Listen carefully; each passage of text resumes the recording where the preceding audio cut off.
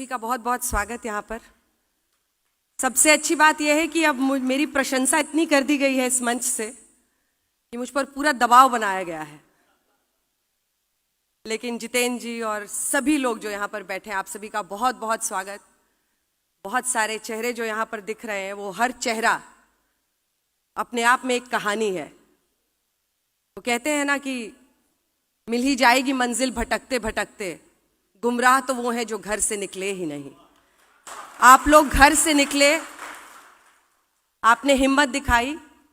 भारत का शान एक एक चेहरा आज मेरे सामने यहाँ पर मौजूद है। और पटना से 2992 किलोमीटर दूर हम लोग दुबई में बैठे हैं एक कमरे में, अपने अंदर बिहार को समेटे। आज आपके सामने एक बिहारी खड़ी है।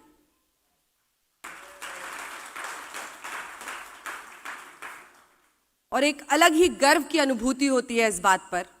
एक और शेर इस पर याद आ गया कि उस शख्स को कोई गिरा नहीं सकता जिसने चलना ही ठोकरों से सीखा। हम लोग बिहार में शुरुआती जिंदगी में शायद इतनी मुश्किलों का सामना कर लेते हैं कि पत्थर से फौलादी होकर सड़क पर निकलते हैं कि जो भी होगा उससे कम ही होगा, फिर रास्ता खुद ही आसान हो जाता है।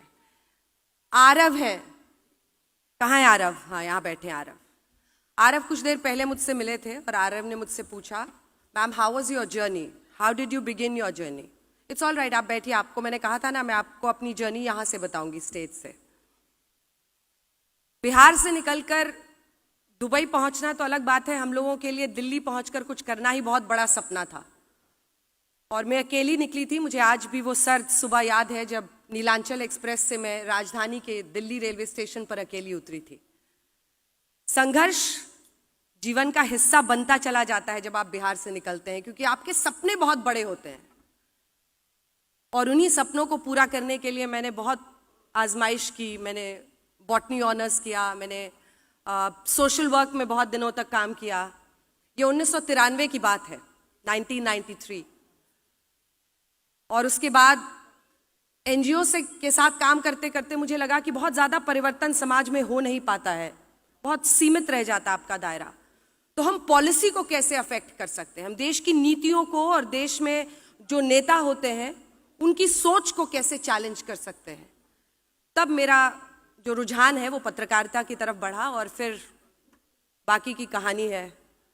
लगभग 20 से ज़्यादा वर्ष अब हो चुके हैं पत्रकारिता में और आज यहाँ पर मौजूद हूँ मैं आपके सामने। तो कुछ तो मैंने हासिल कर ही लिया होगा जीवन में, हालांकि मुझे आज भी लगता है कि बहुत कुछ करना बाकी है और अभी शुरुआत ही है। लेकिन बात बिहार की हो रही थी। बिहार हमारे लिए क्या है? बिहार हमारे लिए माँ है, अबीर है होली का, दिया है दिवाली का, छठ पूजा में गंगा घाट है, मिथिला की मिठास है, वैशाली का वैभव है, भोजपुरी का अलग मजा है, राजेंद्र प्रसाद की धरती है, गौतम बुद्ध की भूमि है, जेपी का आंदोलन है। लेकिन आज बिहार कहाँ खड़ा है?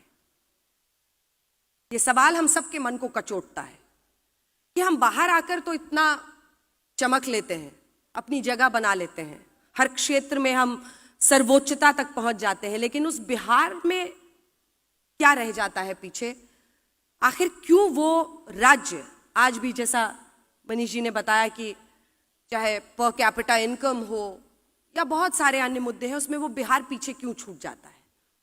तो शायद आप लोग इसीलिए इकट्ठा हुए हैं कि कुछ योगदान आपका हो।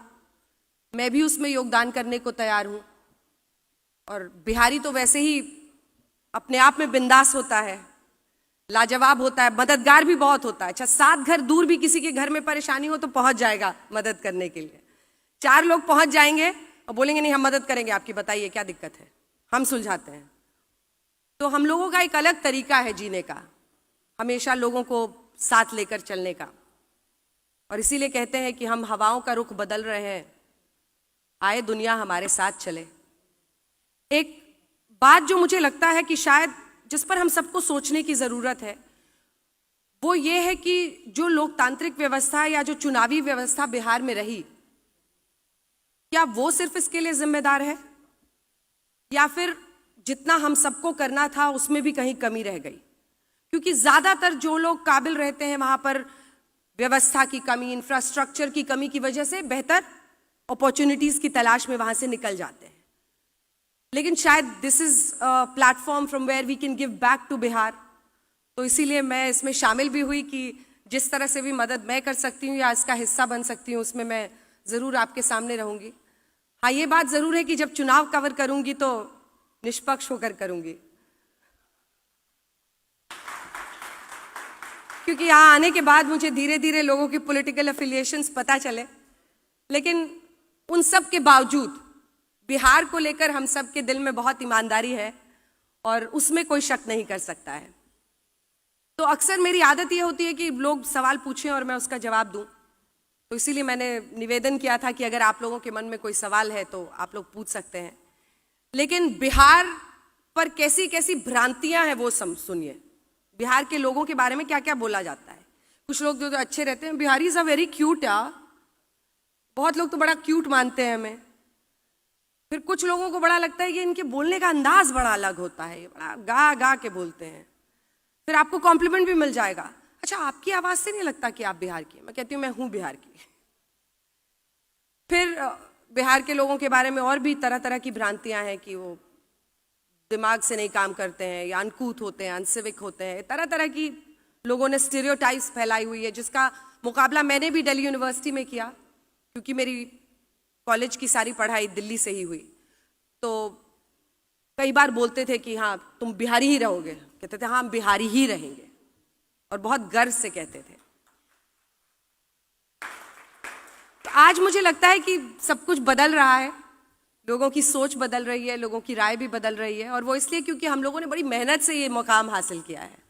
हम लोगों ने अपनी जिंदगी में सब कुछ न्योछावर करके इस मकाम पर पहुंचा है। तो आरव जैसे सभी बच्चों से मेरा संदेश यही है, इतना गर्व करो अपने बिहार से होने का, उस मिट्टी का। वो माटी बेशकीमती है। कोई नेता, कोई पिछड़ापन उस माटी की खूबसूरती को हमसे नहीं छीन सकता है। वो माटी की खूबसूरती हमारे ललाट पर चमकती है हम जहां भी जाते हैं, और वही हमारी ताकत है। जब हम किसी भी क्षेत्र में बहुत अच्छा करते हैं तो आरव वही हमारी ताकत है।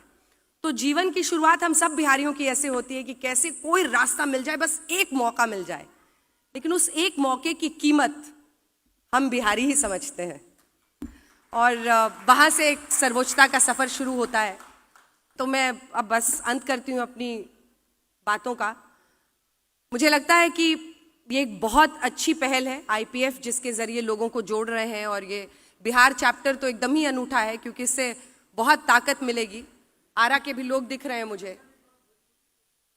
आरा जिला घर बा, कौन बात का डर बा, बोली रहुआ का बोले के बा। हम तो भोजपुरी में एकदम पारंगत बानी। हाँ तो ठीक है, बोला अहाँ किया करे छी ना करे छी, हमें सब भाषा पता है, थोड़ी बहुत हर भाषा पता है, लेकिन भोजपुरी में तो अच्छा बड़ा दिलचस्प है। मेरे पिताजी के साथ जब हम लोग छोटे थे तो जाते थे, तो जैसे ही मनेर के पास पहुंचने लगे, गांव की तरफ पहुंचने लगे, तो गाड़ी में अंदर भी हम लोगों से भोजपुरी में बात करने लगते थे। अब आप बाहर वालों से तो कर रहे हैं, हमसे क्यों भोजपुरी में बात कर रहे हैं। तो ये मिट्टी और ये खुशबू आती है वो हवा की, और वो हमें वो लाती है अपना जो बचपन बीता है उसकी कहानी लाती है मन में, इसीलिए हम लोग भोजपुरी में बात करते हैं। तो भोजपुरी कितने लोग हैं आरा के यहाँ पे? काफी लोग हैं।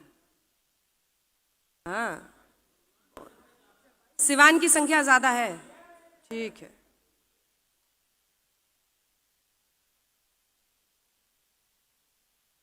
आजकल चंपारण मीट खूब बन रहा है, दिल्ली में भी मिल रहा है। लेकिन जहां भी जाइए खूब ऐसा उदाहरण बनिए कि लोग बिहार का नाम, वैसे भी आप सब लोग इतना गौरवशाली बना ही रहे हैं, और मैंने भी इस प्रोफेशन को इसी तरह से ट्रीट किया। मतलब इस प्रोफेशन में मैं आई तो ये मेरा बिहार बन गया और मैं इसकी पटना बन गई, उसी में दिल समा गया है और अब उसी में आगे बढ़ रही हूँ। तो मुझे लगता है कि जहाँ भी हर क्षेत्र में आप लोग हैं यूं ही चमकते रहिए, और मेरी शुभकामनाएं इस पूरे फोरम के साथ कि आप लोग ऐसे ही नाम रोशन करें, और कुछ बिहार में ऐसा हो कि हम शायद एक दिन ये बोलें कि पर कैपिटा इनकम हो, डेवलपमेंट हो, उस पूरे इंडेक्स में बिहार लीड करे भारत को, जैसा एक वक्त पर हम शिक्षा के क्षेत्र में करते थे। बहुत धन्यवाद आप सभी का।